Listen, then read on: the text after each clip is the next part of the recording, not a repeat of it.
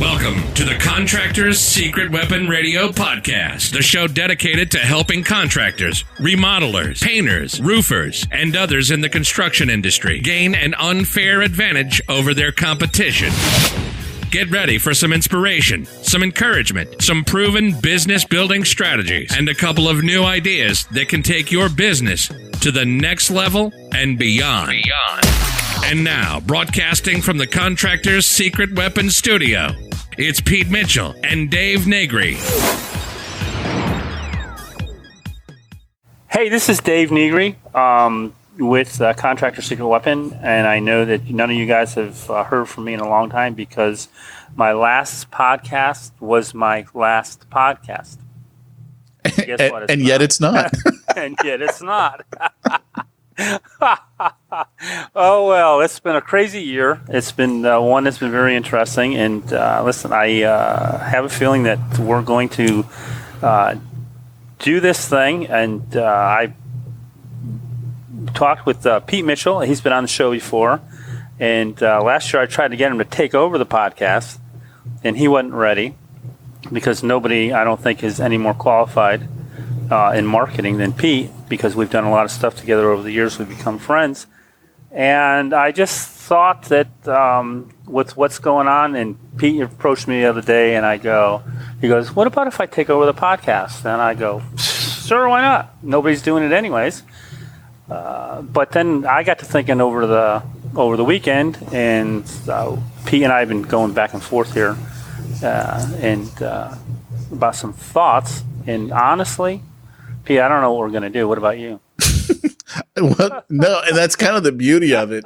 I mean, but yeah, I mean, it's kind of funny how things progress sometimes, because as you know, I've had a podcast for years now, specifically in a non-business related niche. It's all your fault why I started the original podcast. Right, exactly, right? And you've been in my mastermind group for years and years. And, so years ago, I was telling everyone in the mastermind group, hey, you guys got to get into this podcasting thing. I'm doing this podcast over here. And just so everyone who's listening right now understands what I'm talking about, it's not so vague or cryptic. I do a podcast specifically for a niche of people called church planters. So these are guys who go out there and start up churches. And I'm not a church planter. I guess he's my business partner. He's my business partner on the podcast. His name is Peyton, and he is a church planter. And so I always joke that I'm the color commentary, because I'm not a church planter. I don't understand. I mean, I understand a lot more of that now, but it's not my daily thing. And I just wanted to do it because I thought it was, my way of helping out the Christian community, specifically working with these guys. And over the years, I've been able to help them. Those who are what are called bivocational church planters. These are guys who, they are a pastor of a church. It's usually a church that can't afford to pay them. And then they got this little, a side hustle of one form or another, and they're trying to earn money. And so I'm like, hey, that's the area I can help you guys in, because I'm really good at making money. I know how to market. I mean, I don't even care what business it is. I can help you market that thing. And so, yeah, like you said, recently I just got to thinking, I was like, you know what? I want to do more marketing stuff. I've already got the church planner stuff. I've been doing that for 6 years, but I want to do more marketing. And, really who I really love working with are basically contractors or anybody that has to do with the housing market, roofers, floorers, remodeling guys, HVAC, because those are businesses that it's like we can do small little micro changes that have a massive impact on their business. And since you and I have known each other for years, been friends, we've worked together in one way or another over the years, and that's what brought me to reach out to you and was like, hey, you know what? Since you're not doing that podcast anymore, instead of starting up a new one, I'll take over it. And then like you said, you're like, well, hey, maybe I can dump all the work on someone else and I can do the podcast again. Yeah. And hence that's where we're at today. That's where we're at today. So, and we've been talking in the background about what we could do, and of course we are going to talk about marketing. And I think, and this is still up in the air, is that we're going to offer two sides to the podcast. and I don't know how we're going to do this or how it'll work, but we're really contemplating on doing a side of the podcast for Christian business owners and for those that aren't. And if you think there's not a difference in how you do your business, then that's probably the reason why we're going this route, because there's a big difference. Yeah. And if anybody listened to my last podcast that I was never going to do again, you'll understand. I'll just go back and listen to that. Because through this past year, and I didn't, I listened to it today. So what did I say back then? So I listened to it today, and I'm going, one of the things that I really felt God was telling me that I was chasing the wrong thing. But I didn't tell you what he told me to chase. And he told me to chase him. And I can tell you that through this whole year, I haven't listened to one or read one business book. I mean, I've probably read 50 books. But actually, the only book business book, and it really wasn't business, was the book you told me about Saturday. I've already been through it twice. Because it was really good. It brought back everything back towards the things that we learned in sales and stuff. But it's, but we're not going to tell you about that book today. We should actually get that guy on. Really? As a guest. Yeah, that'd be a guy I'd like to interview. Fun. Yeah. But, so through the course of the year, God's been put on my heart a lot of things for business owners. And for, let's just say business owners for now. Are you a Christian? Maybe, yes. Are you a Christian owner or business owner? And you may say yes, but do you have a Christian business? Well, what does that look like? Well, I don't know. I mean, I have a lot of ideas, and I've gone through a lot of scripture, and and you go through different eyes, you see different things. So we're gonna maybe separate it into two separate podcasts. I don't know. We haven't really come up to a conclusion on that yet. But I think it'll be a lot of fun. At least we'll have fun. I don't know about you guys, but we'll have fun. And of course, if like I said in the very beginning, when we started Contractors Secret Weapon, if you don't like what we tell you, then we'll give you a refund. Of just the podcast dues. Let's just just the podcast. Just the podcast. Well, it's usually go ahead. Guaranteed if you do any coaching with us, or you want to grow your business with us, I will guarantee you that you're probably not going to like what we say. So we're just going to hit you up with that now, because if you want to grow, who was it? What says? I have to give something up to get what I want. So you need to make changes. What do you think, Pete? I think if you want something different than what you've always had, then you're going to have to be different, do things different, think different. The old adage, the definition of insanity is to keep doing the same thing over and over again and expecting a different result. Right. I'm not like a big fan of all the axioms and stuff that we use in society, but there is a little bit of truth to that. I mean, you do have to change. And it was interesting because as you were talking and you were saying, what's a Christian business? And I was thinking about that. I was like, you know what? I think you almost have to even go one step before that, which is, what is a Christian? Because I think specifically in the United States, what people define as a Christian isn't what I think God would define as a Christian. Right. And because the way I refer to it is cultural Christianity. Like if someone asks you, "Oh, what religion are you?" "Oh, I'm a Christian." Well, I'm a Christian because I'm in America. But that's not really what a Christian is.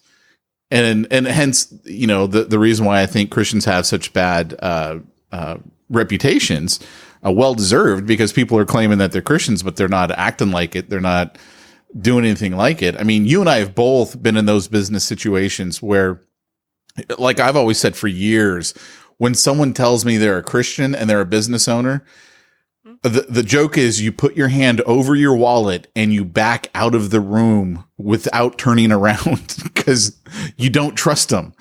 And it's an unfortunate thing, but I think it's because people will claim one thing and it means something totally different. And there's an issue with that, if you will. Right. I know my favorite thing is when somebody tells me they're a Christian, I just say, I'm sorry you had to tell me. Oh, yeah.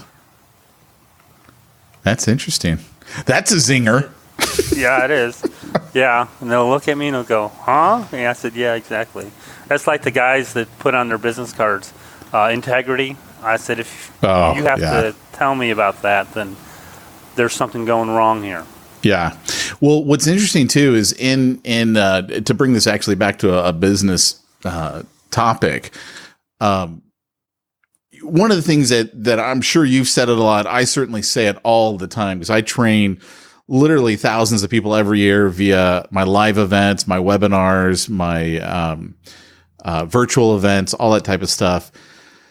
And I'm always talking about the two conversations. There's two conversations going on. There's the conversation in your prospect's mind, and there's a conversation going on in your mind, and they're rarely the same thing. And so we have to understand that. And I am so in tune with that premise that when someone starts to say, oh, we've got integrity, we're all about service, I immediately know, okay, that's the conversation going on in their head because they probably don't have any. And so they're trying to overcompensate by telling everyone, oh, I'm honest Pete, or I'm integrity Pete. And it's like, okay, conversation running around in your head. You don't have any. You're trying to deal with this. That's not good. That's not a good sign. No, it's not. So just need to be careful how you present things. Yeah. Perception is reality. Yeah. Yeah. So, anyway, some of the stuff, guys, that we are going to get into are all kinds of marketing related, business related. One of the things that I've always enjoyed about working with Dave is he's so matured in his business that it's not just about marketing. Because, when you've got a business that's relatively young, it's always about marketing. It's always, how do I get more clients? How do I get more clients? And your business, Dave, is you've reached the point where like you turn down a lot of business and will repel the wrong people because you've reached that level. And so you've already had to deal with a lot more issues in your business than most people realize they need to deal with. Employment issues, contracting issues, all that stuff. And so I really am looking forward to how we're going to do this podcast moving forward, because the world that I live in, almost everything I deal with is how to get more clients, how to sell more often to your clients, get clients to come back to you more often. In fact, I remember when we first started working together, you'd been getting my newsletter because I can't even remember what it was. You either bought something from me or you... no, I think I got it from... it was the Travis. 3D Mail guys? 3D Mail guy, Travis, yeah. Yeah, so I wrote some articles. I think you were in his newsletter or something, and I just reached out and I started getting your newsletter. And it was probably a good year before we actually... I think it was 2 years. 2 years later, you reach out to me and you're like, hey, I need some help with my marketing stuff. And I remember you gave me all your stuff and I was like, what does he need my help with? He's actually doing everything the way I would do it. And you're like, yeah, I just need someone who understands it. I just don't have time to do it. And I was like, okay, this is going to be easy because he already gets it. And that's like the biggest hurdle in business is people who don't get it. And like, you got to explain, here's how effective marketing. Yeah. And it's an uphill. Train him that ugly works. I know. Isn't that funny? Yeah. It's too pretty. Make it ugly. Yeah. I'm just kidding, guys. but I'm not. Yeah, but you're not. Yeah. Yeah, but I'm not. Yeah. It needs to be. Pretty doesn't sell. Yeah. It only gets. Yeah. But that's another story. And I like to see. I know, like you said. I've matured in my business to a point that I do get to pick and choose, and a lot of it has to do with the mindset. Well, there's a couple mindsets there. One is that I know that no matter what happens, that God's going to provide for me. So I don't worry about tomorrow. I know that's a hard concept for guys to think about. Doesn't matter how big your business is. It doesn't matter. But I don't need money. Now, I want money. Don't get me wrong. But I don't need the money today.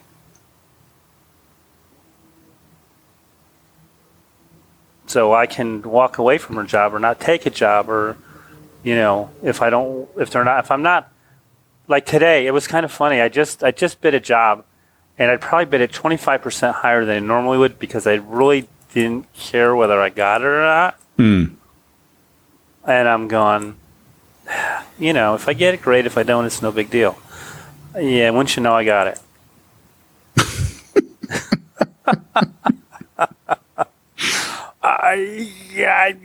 And it's like now I've been mentoring a couple of guys that want to become painting contractors, and it's been a very interesting journey. Very interesting journey, because one guy, he's really good and he's an excellent painter. He wants to learn the business, but he's always fearful he's going to make a mistake. I say you're going to make mistakes, just don't worry about it.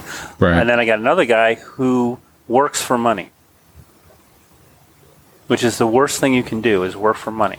Right. Because the job is revolved around making money. So, if X amount of dollars is allotted to the job, well, I got to get done in 30 hours or I don't make any money. Or I don't make the money I need to make. And see, that's the wrong attitude. Bid the job so that you make the money. Enough there so that if you make a mistake, it's okay. Or it takes a little bit longer, it's okay. But don't ever work for money. Right. Because you'll be controlled by money. Right. But it takes a while to get there. Yeah. Yeah. What do you say to guys who are just starting out? Because obviously there's that point at which you've got to make money, right? You got to make money. Oh, absolutely. So how do you coach them on that transition from, hey, I understand you got to take certain jobs because you just got to put food on the table tonight. Right. What would you say to them? I'd say do whatever you can do to make the money. However, don't be needy. Okay, so what do I mean by don't be needy? Everyone, if you get a guy that comes to you and he's selling, if he needs some money or not, right? You just know. It reeks of him. So one that I learned a long time ago, many years ago, never oversell the job. So I do the job and I say, okay, I am 2 weeks booked, always. Doesn't matter whether I don't have any work tomorrow or not. I'm booked out 2 weeks. And whatever happens, let's say if somebody cancels or wants to postpone, I'll move you to the head of the schedule. Is that fair enough? And they'll go, yeah, that's perfect. Guess who got a call Monday morning? I had to reschedule somebody. We're going to start yours tomorrow, okay? Absolutely perfect. But I'm not needy. Right. It's there. But I always knew, honestly, that, and I'm going to go back to, and you're going to hear me saying that God provides all the time. Even in the littlest things. And even when I was selling food, if I did my best, and that's all I can do is my best, I can't be the best, I can only be my best, then even when I was selling food, if I lost a customer, I always knew that I did my best with them. We tried to service them the best we could, and whatever the case may be, but I always knew that when I lost a customer, I got a bigger and better one that came in behind them. That spent more money. So who am I to argue with God? Right. But yeah, no, go after all the business you can. You will learn, in the beginning that you got to eat, so you do whatever it takes. But know what it costs you to get up in the morning and go to work. And make that much plus 30%. So that's break even plus profit. Right. Yeah. And then as you grow, then you can be pickier and choosier on your customers. But if you're just bidding a job to get work, and you're not figuring profit in there, then you're always going to be chasing the money. And I've said it hundreds of times on the other podcast. The best thing to do is have your customers chase you. Yeah, put you in a totally different positioning with them. Yeah, it does. I mean, completely different. And I mean, I used to tell people that on the consulting side when they were starting out as consultants. I'm like, look, I realize you need the business, but if you call them back 3 minutes after they left you a message, then basically what you're telling them is you're not busy. And no one really wants to work with someone who's not busy, because what does that say to them? They must not be that good because no one else is hiring them. So I was always like, you got to wait a minimum a day before you call them back. You have to do it, or people are going to get the impression that you're not that good. And that's part of what you're fighting against. It's not that you aren't that good. It's what they're going to perceive. And you need to position yourself as the expert, as the best contractor there is. Doesn't matter what service you do for them. And all of that is positioning. That's one of the reasons why, and I know you and I have talked about this. I mean, it's been a couple of years, I think, since I was on your podcast, but talking about education-based marketing. Right. And having the consumer guides and the free reports and the white sheets and the tip sheets, whatever you want to call it. But what that does is that lets people know you're the expert. You're the one who actually knows what they're doing. I'll give you a quick little example here, Dave. One of the groups that I work with are detailers, auto detailers, and they get a lot of their business the same way a lot of contractors get their business. Basically, people stumble across them on the internet. I mean, they really have no rhyme or reason as to what they do, because they just don't think about, marketing their business. And so a lot of people will come to them via Yelp, and they'll go in there and they'll set up their little Yelp profile and all that, and put in their phone number, and someone will call it, and they're dealing with the same thing that contractors are dealing with.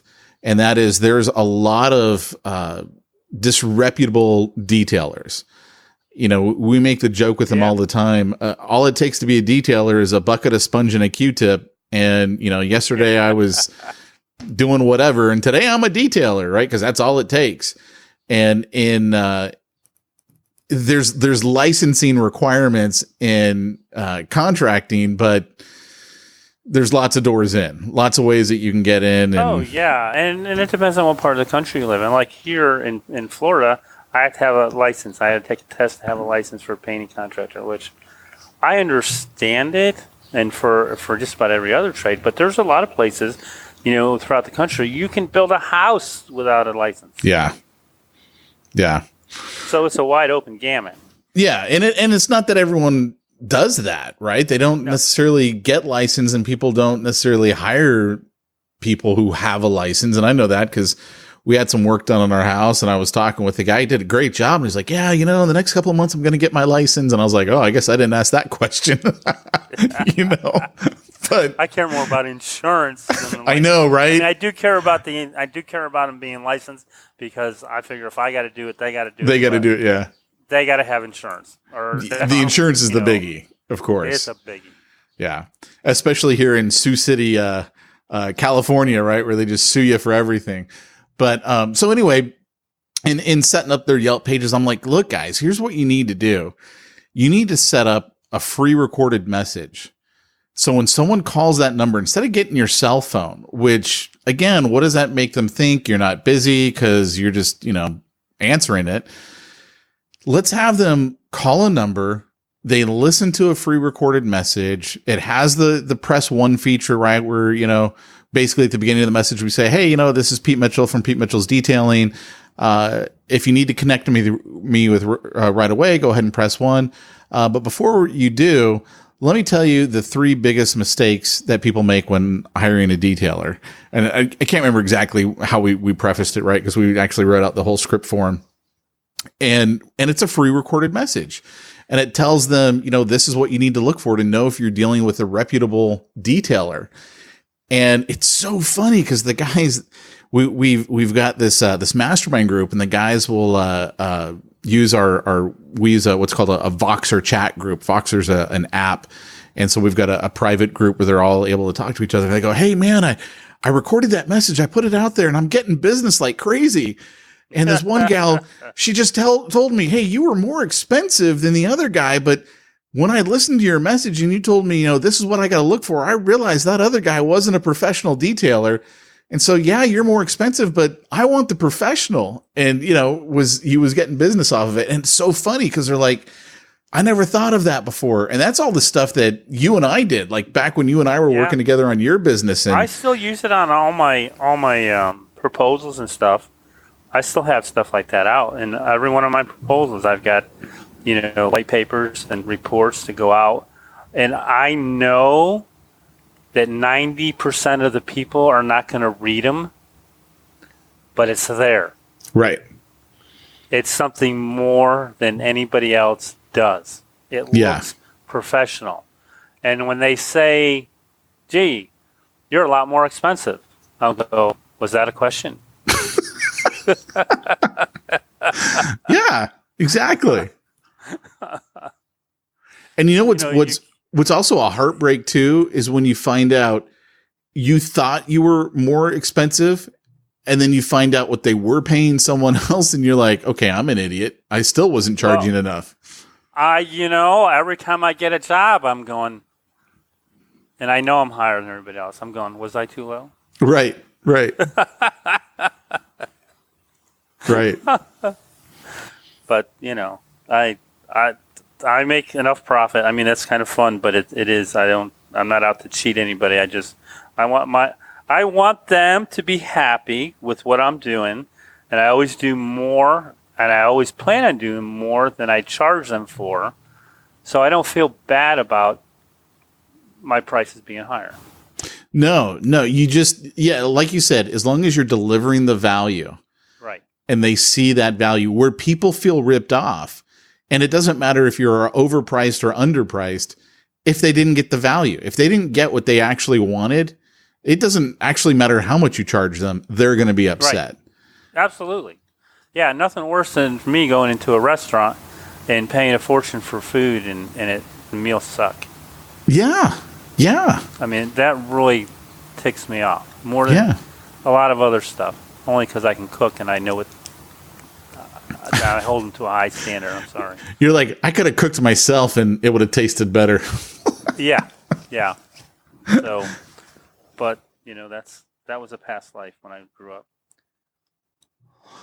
Well, so I think we're kind of giving everyone a good taste here of what the podcast will, at least one side of the podcast will be like. We'll figure out how we're going to do the other side, if it's, putting it on this one or starting another podcast for the Christian business owner point of view. But I've got a whole growing list of topics that I want to address, and some of the stuff that I know you and I have talked about in the past, but we kind of need to update and just re-go over stuff, because I think a lot of times people forget all the stuff that they need to be doing in their business, and they just don't do it.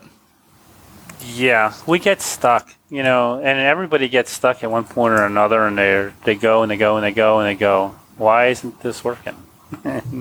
Or I'm doing everything that I used to do, and But people change. It's customers change. I know that I see guys in the building industry, and they go, it's so much harder now to do or to construct a house or to do remodel because the client is so educated, and you have to be able to go in to the situation, and they have to trust you from day one, or else you're lost through the whole process. Right. Yep. Yeah. I agree. So times change, people change, money never changes. No, actually, it goes down 2% a year. Sometimes more. Sometimes more.